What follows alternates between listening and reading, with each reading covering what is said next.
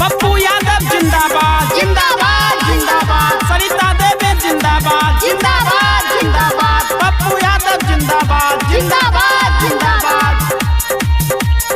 Recording by GTV Bhojpuri Naugachia. सुना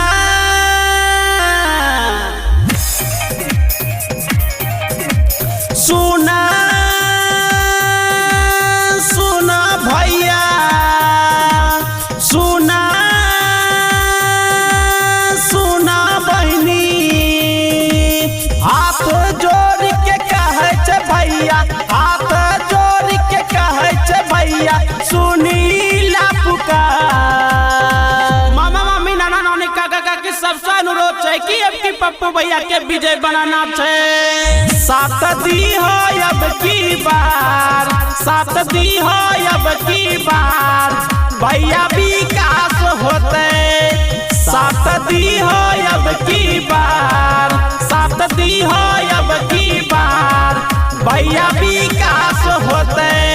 पप्पू यादव जिंदाबाद जिंदाबाद जिंदाबाद सरिता देवी जिंदाबाद जिंदाबाद जिंदाबाद पप्पू यादव जिंदाबाद जिंदाबाद जिंदाबाद।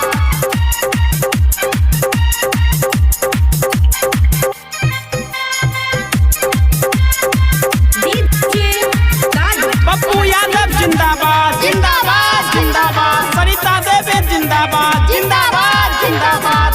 लइका सब छोटे छोटे लगब छै नारा पप्पू यादव छै हो सबके सहारा। सबके सहारा भैया सबके सहारा।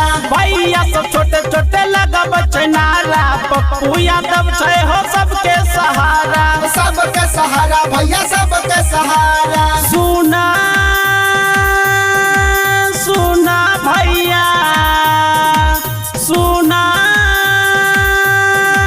सुना बाबू हथवा जोड़ के कहे छे भैया हथवा जोड़ के कहे छे भैया सुनीला पुकार। सभी मतदाता भाइयों एवं बहनों से अनुरोध है कि किसी के झांसे में नहीं आना है पप्पू भैया को ही विजय बनाना है। साथ दी हो अब की बार साथ दी हो अब की बार भैया विकास होते। साथ दी हो अब की बार साथ दी हो अब की बार भैया विकास होते। पप्पू यादव जिंदाबाद जिंदाबाद जिंदाबाद सरिता देवी जिंदाबाद जिंदाबाद जिंदाबाद पप्पू यादव जिंदाबाद जिंदाबाद जिंदाबाद।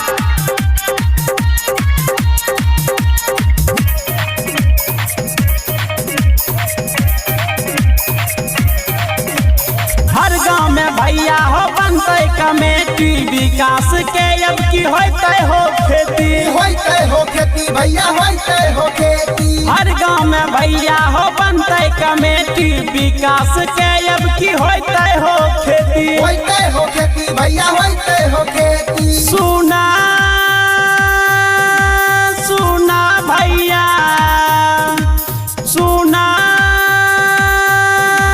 सुना बहनी हाथ जोड़ के कहे छे भैया हाथ जोड़ के कहे छे भैया सुनीला पुकार। सभी मतदाता भाइयों एवं बहनों से अनुरोध है कि किसी के झांसे में नहीं आना है पप्पू भैया को ही विजय बनाना है। साथ दी हो अब की बार साथ दी हो अब की बार भैया विकास होते। साथ दी हो अब की बार साथ दी हो अब की बार भैया विकास होते। जो भैया मेरे चैनल को सब्सक्राइब नहीं किए प्लीज सब्सक्राइब कर लीजिए क्योंकि आने वाला गाना आपके पास सबसे पहले पहुंचेगा।